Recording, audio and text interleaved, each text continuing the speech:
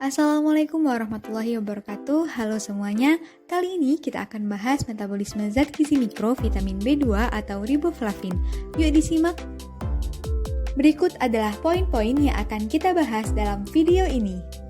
Nah, pertama-tama kami akan menjelaskan apa itu riboflavin. Riboflavin atau vitamin B2 adalah salah satu vitamin B kompleks yang berfungsi untuk menjalankan fungsi sel secara normal. Sumber utama dari vitamin B2 atau riboflavin dapat ditemukan di dalam susu, keju, daging sapi, dan juga hati sapi.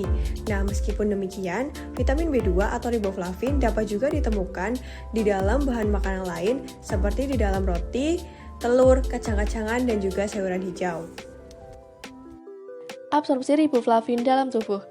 Riboflavin yang terikat pada protein dalam makanan dilepaskan terlebih dahulu dari protein prior dengan mekanisme FAD atau flavin adenin dinukleotida dibantu dengan FAD virofosfatase akan membentuk FMN atau flavin mononukleotida. Kemudian, FMN dibantu FMN fosfatase akan melepaskan riboflavin.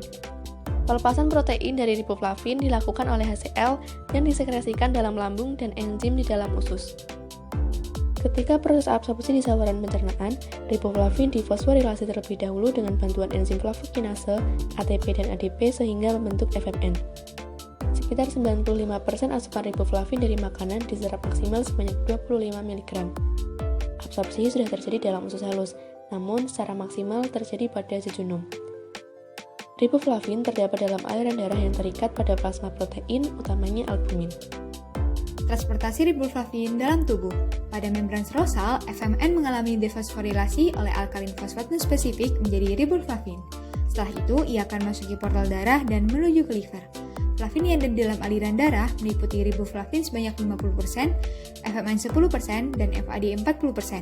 Riboflavin, FMN, dan FAD ditransport dalam plasma oleh berbagai protein termasuk albumin sebagai protein transport utama, fibrinogen, dan globulin terutama imunoglobulin.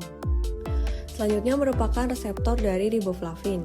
Riboflavin memiliki reseptor yang bernama RFBP atau biasa disebut juga dengan flavoprotein. Penyerapan riboflavin ke dalam sel terjadi melalui transfer vitamin oleh RFBP dalam plasma ke RFT pada membran plasma. Proses ini dimediasi oleh reseptor RFBP yang bergantung pada kalsium yang memfasilitasi endositosis dan juga pelepasan vitamin. RFT dieskresikan di dalam usus halus, usus besar, plasenta, ginjal embrionik, testis, prostat, dan juga otak. RFT1 tidak sensitif terhadap pH, tetapi RFT2 memiliki pH optimum sebesar 6,0. Cadangan riboflavin. Dalam tubuh, riboflavin disimpan pada jantung, ginjal, dan liver atau hati. Riboflavin memiliki banyak fungsi bagi tubuh manusia, di antaranya yaitu yang pertama menjadi bagian dari koenzim flavin adenin dinukleotid dan flavin mononukleotid, yang kedua berperan penting untuk metabolisme pada tubuh manusia, juga untuk terbentuknya molekul steroid, glikogen, dan sel darah merah, lalu menyokong pertumbuhan organ tubuh lainnya seperti kulit yang berperan penting sebagai sistem pertahanan tubuh luar, lalu berkontribusi terhadap produksi sel darah merah. Lalu fungsi yang lainnya yaitu membantu pembentukan sel antibodi, menjaga kesehatan kulit, mata, dan diperlukan juga bagi pertumbuhan, lalu menjalankan fungsi sel secara optimal, dapat menghambat perkembangan stroke dan melindungi jaringan otak terhadap cedera iskemik, lalu dapat memperlambat atau menghentikan perkembangan kelainan kornea. Dan masih banyak lagi fungsi riboflavin bagi tubuh manusia. B2 dapat berinteraksi dengan zat gizi lain, diantaranya yaitu B1 bersama riboflavin membantu memecah protein, lemak, dan karbohidrat menjadi energi atau ATP. Lalu pada B3 membutuhkan FAD untuk pembentukan triptofan, lalu B6 yang membutuhkan FMN untuk diubah menjadi koenzim piridoksal 5-fosfat. Selain itu, metabolisme piridoksin juga bergantung pada flavin, dan penelitian pada manusia serta hewan telah menunjukkan adanya gangguan gangguan sintesis pirurosal fosfat dalam defisiensi riboflavin. Lalu untuk interaksi yang lainnya ada pada B12, sintesis metilkobalamin tampaknya bergantung pada flavoprotein.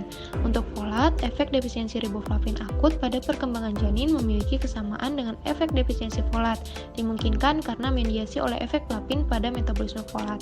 Lalu kalsium dapat membentuk kelat dengan riboflavin, juga menurunkan penyerapan riboflavin, dan glukosa yang membutuhkan FAD dalam reaksi katabolisme untuk menghasilkan energi. Masalah akibat defisiensi. Gejala awal defisiensi riboflavin adalah faringitis dan stomatitis angularis, muncul kostitis, bibir merah, dermatitis seborrheic pada wajah, dan dermatitis pada badan. Pada ibu hamil, kekurangan vitamin B2 menyebabkan lambatnya pertumbuhan bayi dan mengakibatkan resiko preeklamsia. Selain itu, defisiensi riboflavin juga menyebabkan mata katarak dan vaskularisasi kornea, dan munculnya anemia serta neuropati perifer. Masalah akibat kelebihan. Kelebihan riboflavin menyebabkan disfungsi hati, fotofobia, CID di sudut mulut, kardiomiopati, muntah, gatal, mati rasa, sensasi terbakar atau tertusuk, hipotensi, kelelahan, dan produksi urin kuning cerah. Toksisitas. Tingkat riboflavin yang dikonsumsi berlebihan dari makanan dan suplemen jarang menyebabkan efek samping atau menunjukkan toksisitas. Sekian penjelasan dari kami mengenai metabolisme vitamin B atau riboflavin, semoga bermanfaat.